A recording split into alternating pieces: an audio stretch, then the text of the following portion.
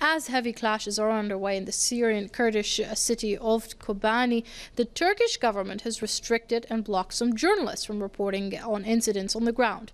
Over the past few months, Ankara has been accused of backing militant groups in Syria. Turkish intelligence agency has now accused our correspondent, Serena Shim, of being a spy. Let's discuss this further with her as she joins us via Skype from near Kobani. Now, Serena, are you a spy? No, not at all. And I'm very surprised at this accusation. I've even thought of actually approaching Turkish intelligence, and because I have nothing to hide and I've never done anything aside from my job, and I'd like to make that apparent to them. However, I am a bit worried because, as you know, and as the viewers know, that Turkey has been labeled by Reporters Without Borders as the largest prison for journalists. So I am a bit frightened about what they might use against me.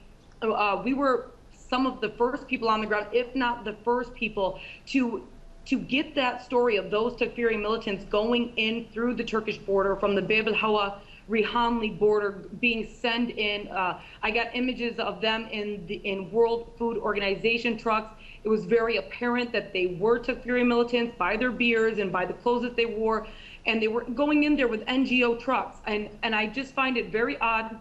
They went to several local residents here, asked about me. The residents said, no, we know her, we have seen her before, we've seen her work, she's not a spy. And they were blatant on going through with the fact that, no, yes, I actually am, and that they told any people that if they see me to bring me in or to give them a phone call. So I find it odd. I don't see why they're taking this action against me at this point. I think that it may be because some of my previous stories that I've aired, because now in the area of Kobani, we haven't been inside. We've been telling the story from the Turkish side of the border. There's other international news agencies there as well. I don't know how they tell their stories or how accurate their stories are, and if that's why they have pinpointed me in this particular incident. Oh, but I have spoken with a lawyer as of late, because if they do take me in, I do want to be ready, and I want to be able to, see where we can take this case legally. Right now, Serena, just listening to you, this does sound as extremely serious and extremely worrying to have a journalist who is reporting on the ground there to be threatened in such a way that she's actually resorting to a lawyer to ensure that she is safe and that she is prepared for no matter what happens. Now, how much of this do you think is because of your reporting? You've been reporting on the Turkish role, per se, on and off regarding Syria, haven't you? Right, and that's what I think it is. I think that it's definitely because of the reporting about Syria, and particularly from the city of Hatay, not necessarily from the city of Kobani, because it's obvious more so what's happening there. But the other reports that I had done were about, at the time, the Free Syrian Army, the so-called Free Syrian Army going in and catching these Takfiri militants and getting the passport stamps and getting first-hand information that they were actually inside while Turkey was still hiding this. I think this has a lot to do with it, and I think they want to know why I'm back. And another thing that they said is that I'm spying and that I'm working with the Turkish opposition, but it's only logical that I would speak with the Turkish opposition just the same way I would speak with other parties, and the same way that I would speak with the AK party as well, because that's my job.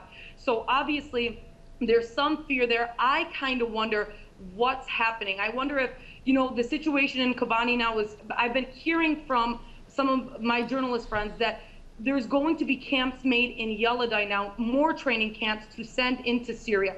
I wonder if they think that I'm going to, focus on a different area, and that I'm using the umbrella of Kobani, and I'm actually getting in here to do some type of investigative journalism, because I don't see it just being specifically in that area. And it just gives me the feeling that something is boiling and something is brewing that they think that I'm here to catch. And Serena, if you could just venture an opinion on what may happen next, because you're going to continue reporting on the ground as far as Kobani is concerned. And of course, you've been reporting as transparently as possible, and it seems that the Turkish government isn't very happy with that.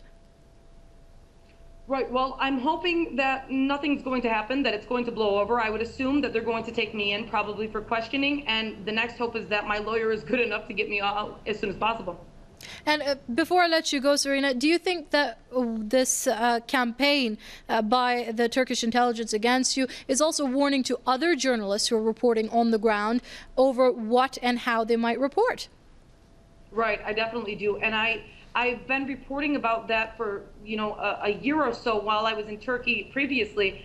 And I think that it is really, I mean, it's known that Turkey has this clampdown on journalists. I've been stopped by them before, but not necessarily to this level, and just about police, basically, no different than any other country. But for the intelligence to actually look for me, that's rather odd. So I think that they're definitely trying to get the word out to journalists to be careful so much to as what they say. All right, our correspondent Serena Shim there reporting to us from near Kobani via Skype. Serena, keep up the reporting and stay safe.